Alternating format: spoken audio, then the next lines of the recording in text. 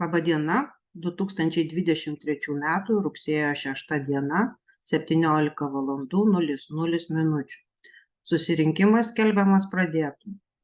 Šiame viešajame susirinkime bus pristatomi prekybos paskirties pastato parduotuvės unikalus numeris 41 94 0359 8071 Vilniaus rajono savivaldybėje Nemenčinėje, Švenčionių gatvėje 24 rekonstravimo projektas, projektiniai pasiūlymai. Matau, kad suinteresuoti asmenys kol kas dar neprisijungia. Siūlau palaukti dar 5 minutes, tada tęsiu projektinių pasiūlymų pristatymą.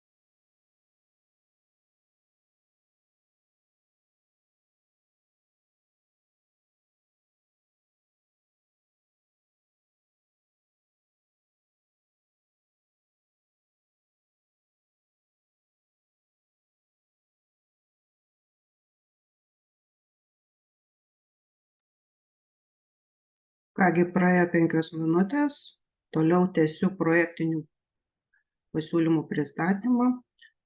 Šiuo metu neprisijungia suinteresuoti asmenys, tačiau įrašui tęsiu pristatymą. Pradžioje prisistatysime. Vadovaujantis šios dienos projektuotojo įmonės UAB Globalus projektavimas direktoriaus paskirimu, susirinkimą vesiu aš, statytojo UAB Lemastija atstovė Joana Janulevičienė, UAB Globalus projektavimas projekto vadovė. Eisiu viešojo susirinkimo pirmininkės pareigas, taip pat pristatysiu projektinius pasiūlymus bei atsakysiu į susirinkimo metu pateiktus klausimus, jeigu tokių bus. Projektuotojo UAB Globalus projektavimas atstovas Vojtech Aškelovič eis sekretoriaus pareigas. Labą dieną. Labą dieną. Informuoju, kad susirinkimo metu bus daromas vaizdo ir garso įrašas, kuris po susirinkimo bus prieinamas viešai. Taip pat informuoju, kad projektinių pasiūlymų viešinimo procedūros bus vykdomos remiantis asmens duomenų tvarkymo politiką, kurios esmė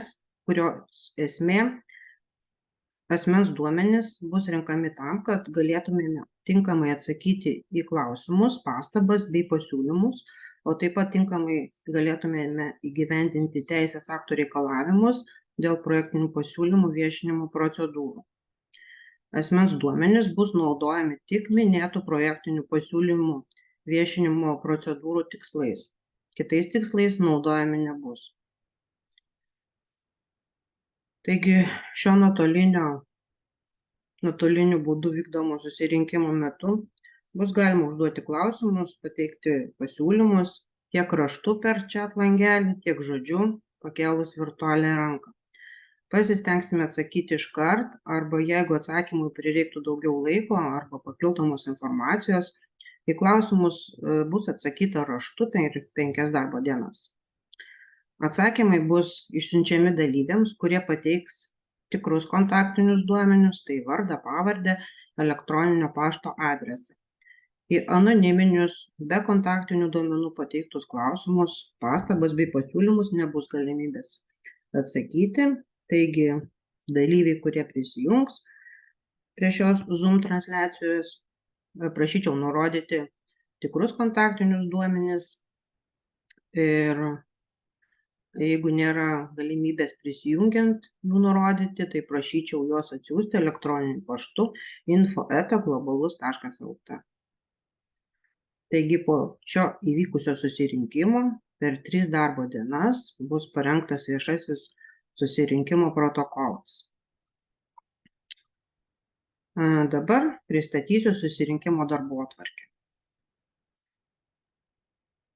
Projektinius pasiūlymus, kaip jau minėjau, pristatysiu aš, šio susirinkimo pirmininkė Joana Janulevičienė. Iškart po projektinių pasiūlymų pristatymų bus pereita prie susirinkimo metu raštu arba balsu pateiktus klausimus, pastabas, pasiūlymus, jeigu tokių bus. Nes iki šio susirinkimo laikotarpyje nuo rugpjūčio 23 dienos šių metų iki rugsėjo 6 dienos susipažinti su projektiniais pasiūlymais niekas nebuvo atėjęs, niekas nesidomėjo ir neatsiuntė jokių klausimų, pastabų bei pasiūlymų.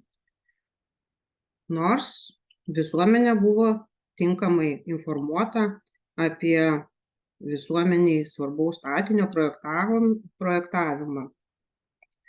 Tai yra, šių metų rugpjūčio 23 dieną buvo paskelbta informacija apie parengtus statinių projektinius pasiūlymus Vilniaus rajono savivaldybės svetainėje, skiltyje visuomeniai svarbių statinių numatomus projektavimas.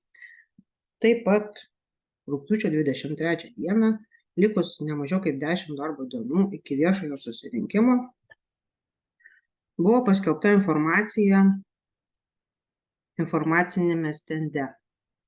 Tai yra, standas buvo ant esamo pastato lango iškabintas. Toliau, rugpjūčio 23 dieną taip pat buvo patenkintas prašymas informuoti visuomenę apie parengtus statinių projektinius pasiūlymus informacinėje sistemoje Infostatyba. Toliau susirinkimą baigsime atsakę į pagal galimybę visus visuomenės atstovų klausimus. ir susirinkimą planuoju baigti ne anksčiau kaip 18:00. Tiek būtų įžanginės informacijos. Iki šio laiko niekas neprisijungė prie šio nuotolinio viešo susirinkimo. Tai dar palauksiu 5 minutės, gal kas prisijungs ir tuomet pristatysiu projektinius pasiūlymus.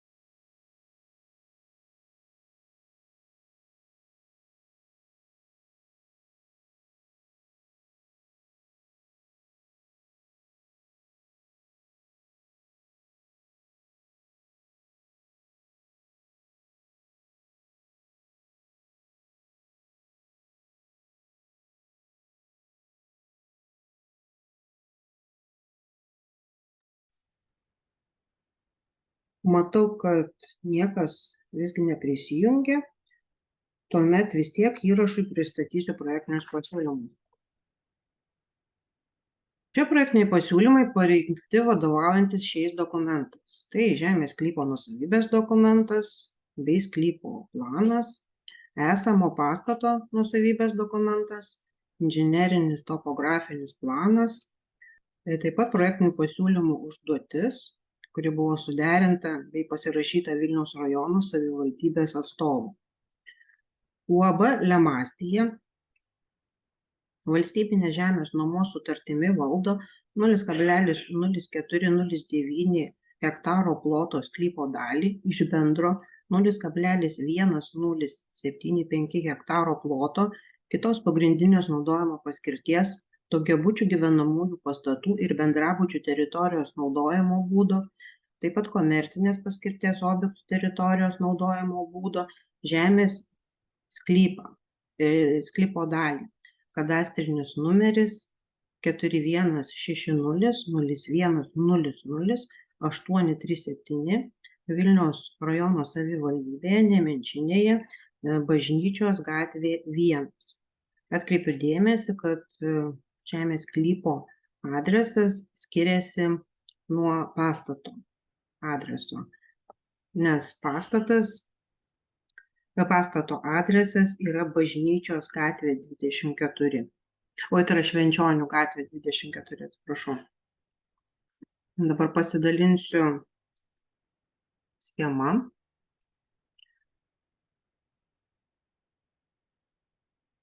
Kur yra nagrinėjamas sklypas.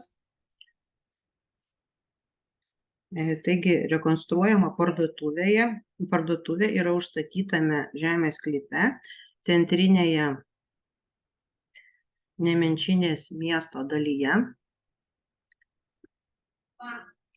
Tuoj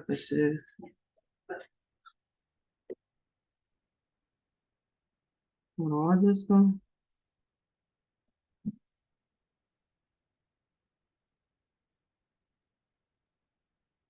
Taip, centrinėje Nemenčinės dalyje.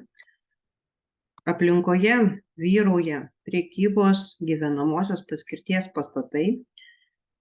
Pietinėje pusėje žemės sklypas ribojasi su Bažnyčios ir Švenčionių gatvių sankryža.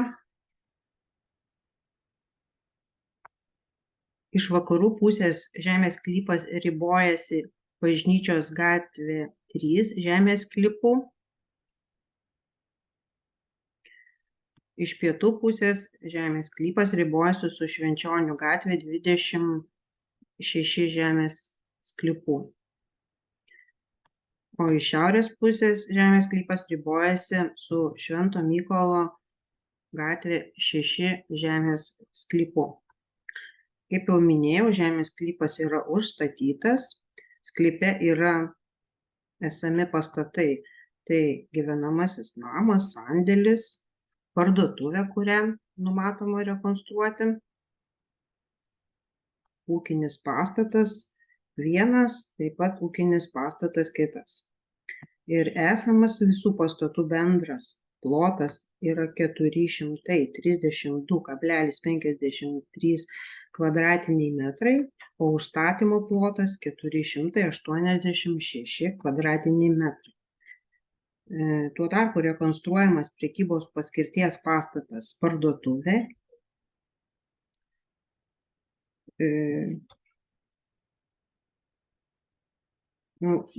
užstatymo plotas šio pastato yra nekeičiamas, išlieka esamas. Tai yra 257 kvadratiniai metrai. Pasikeičia tik tai bendrasis plotas padidėja. Taigi projektinių pasiūlymų tikslas yra specialių architektūros reikalavimų bei žemės sklypo teritorijos naudojimo reglamento parametrams nustatyti, kai teritorijų planavimo įstatymo 20 straipsnio nustatytais atvejais neparengti teritorijų planavimo dokumentai ir statyba žemės sklype yra leidžiama. Rekonstruojamo statinio kategorija yra neypatingas statinys, statinio paskirtis yra 7,3 punktas prekybos paskirties pastatai, o statybos rūšis statinio rekonstravimas. Patvirtinus šiuos projektinius pasiūlymus bus rengiamas techninis projektas, kurio sudėtis ir detalumas atitiks STR 1.04.04.2017 statinio projektavimas reikalavimus. Toliau pereisiu prie rekonstruojamo statinio sprendinių. Pasidalinsiu brėžiniais. Tai čia būtų pirmo aukšto planas.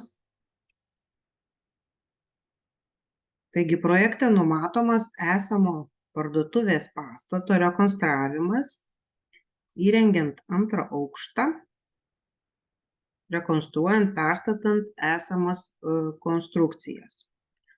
Kaip jau minėjau, užstatymo plotas nebus didinamas, bus suprojektuoti įėjimo laiptai, aikštelės, o pats pastatas bus pritaikytas žmonių su negalia poreikiams, tai yra bus įrengiamas pandusas.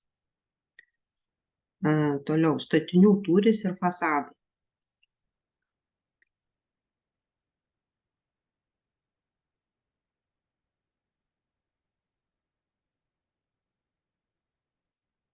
Rekonstruojamas esamas vieno aukšto pastatas, parduotuvė 2 aukštų, stačiakampio formos, su laiptine,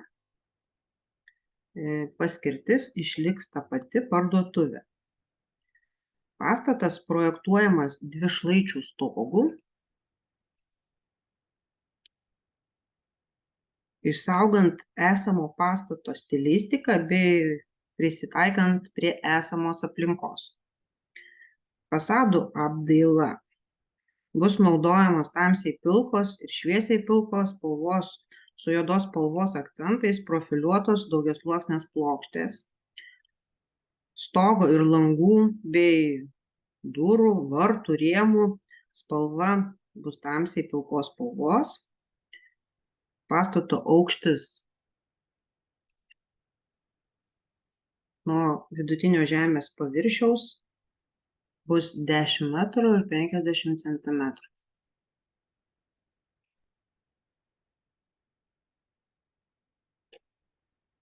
Toliau, pastato patalpų zonavimas.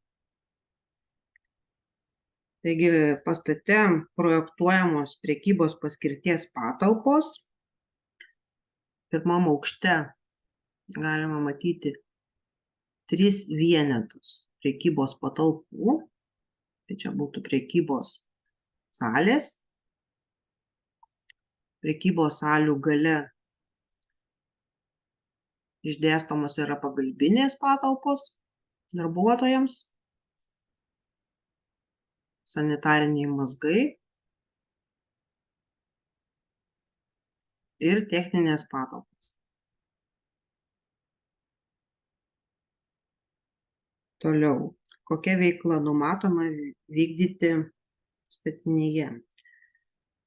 Pastato pirmame aukšte, kaip jau minėjau, bus 3 prekybos salės su pagalbinėmis patalpomis, o administracinės patalpos planuojamos antrame aukšte. Štai čia matote.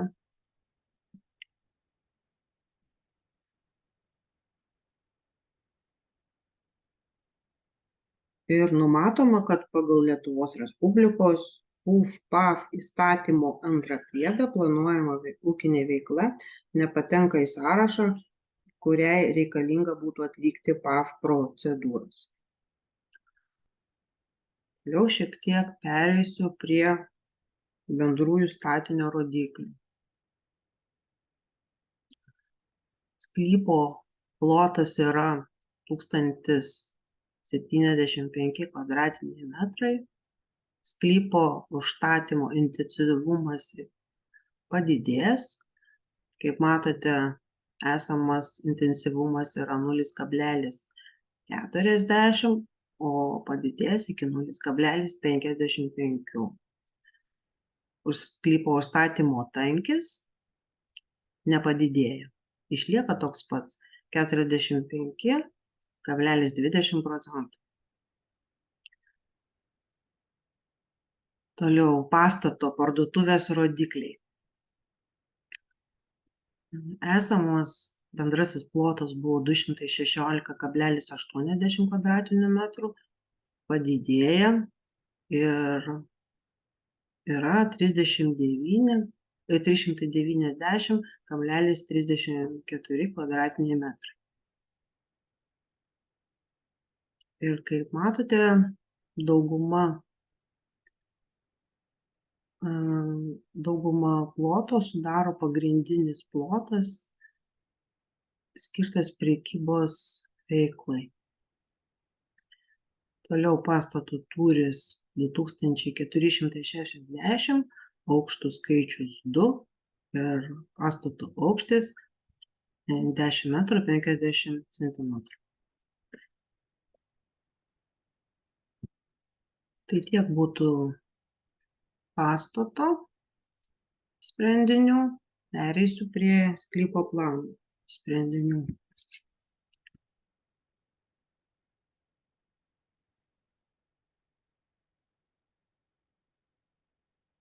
Pasidalinau sklypo planu.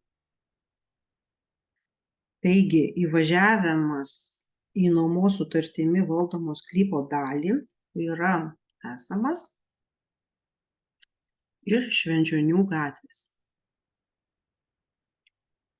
Jis išlieka esamas.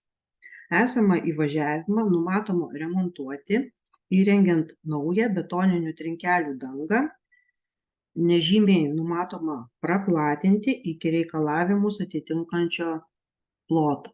350 mm yra. Įvažiavimas bus naudojamas patekimui į esamą vidinį kiemą. Štai čia. Šis kiemas bus naudojamas pristatyti prekes. Taip pat planuojama įrengti 4 vietų parkavimo aikštelę bei atliekų saugojimo vietą. Sklype yra esamų želdinių, kurie visi numatomi išsaugoti. Numatomos sklypo dalies apželdinimas įrengiant veją bei dekoratyvinius augalus. Taip pat planuojamas vertikalus apželdinimas.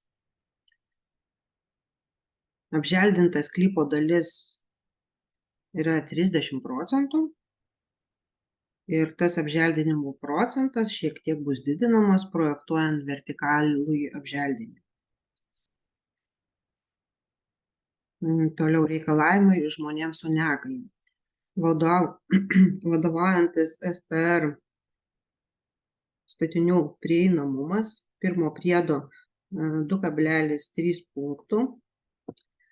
Kadangi rekonstruojamo pastato paskirtis prekybos, tai aplinka bei pastatas turi būti pritaikyti specialiesiems neįgaliųjų poreikiams. Tai yra sklypo bei pastato projektiniai sprendiniai bus parengti atsižvelgiant į specialiųjų neįgaliųjų poreikių reikalavimus pagal STR 2.01001/2019 bei ISO standartą 2154-2.011.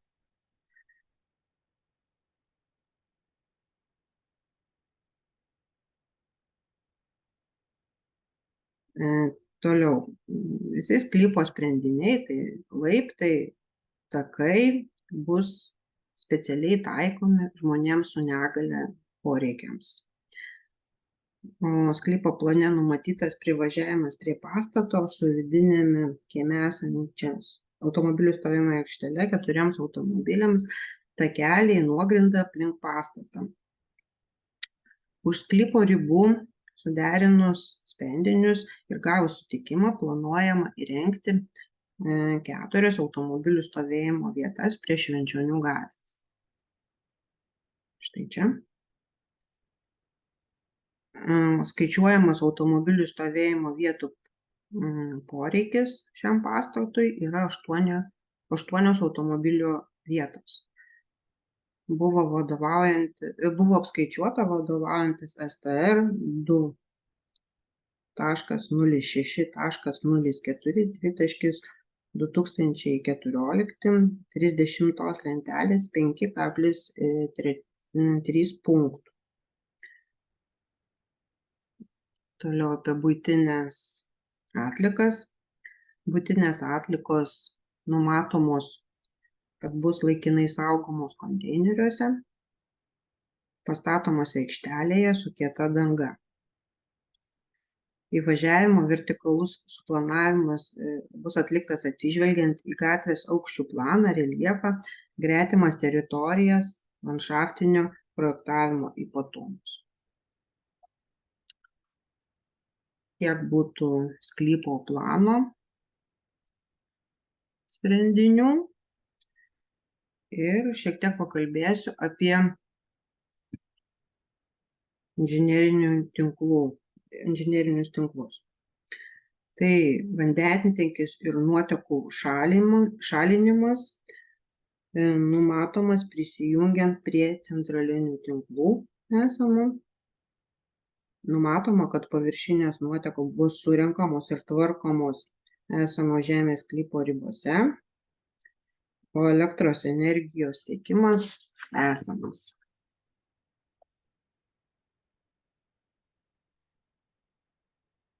Toliau paminėsiu, kad vykdant statybos darbus bus naudojamas tik sklypo teritorija. Statybos metu pažeista veja bus atkurta, atsodinta, aplinka sutvarkyta, statybinės medžiagos sandėliuojamos, taip pat žemės sklypo ribose. Statybos metu kaimyninių sklypų gyventojai nepatogumų nepatirs, priėjimai ir privažiavimai nebus uždaryti, pastato rekonstrukcija ir eksploatacija žemės gelmių užterštumo nesukels, todėl žemės gelmių, tai yra gruntinio vandens papildomos apsaugos priemonės nereikalingos. Planuojamos ūkinės veiklos vietovėje ar greta jos esančios kitos saugomos teritorijos nėra. Neplanuojama naudoti jokių sprogių ar lakių medžiagų, galinčių ūmiai sukelti pavojų žmonių gyvybei.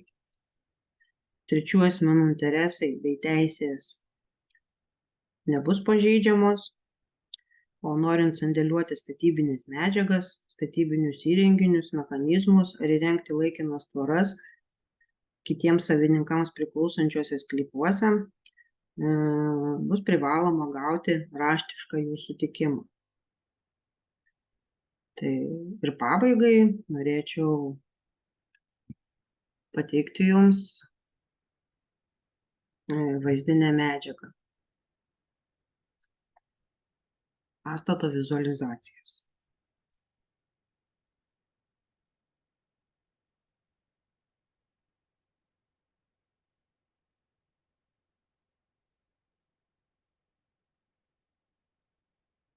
Tai tiek būtų projektinių pasiūlymų pristatymo.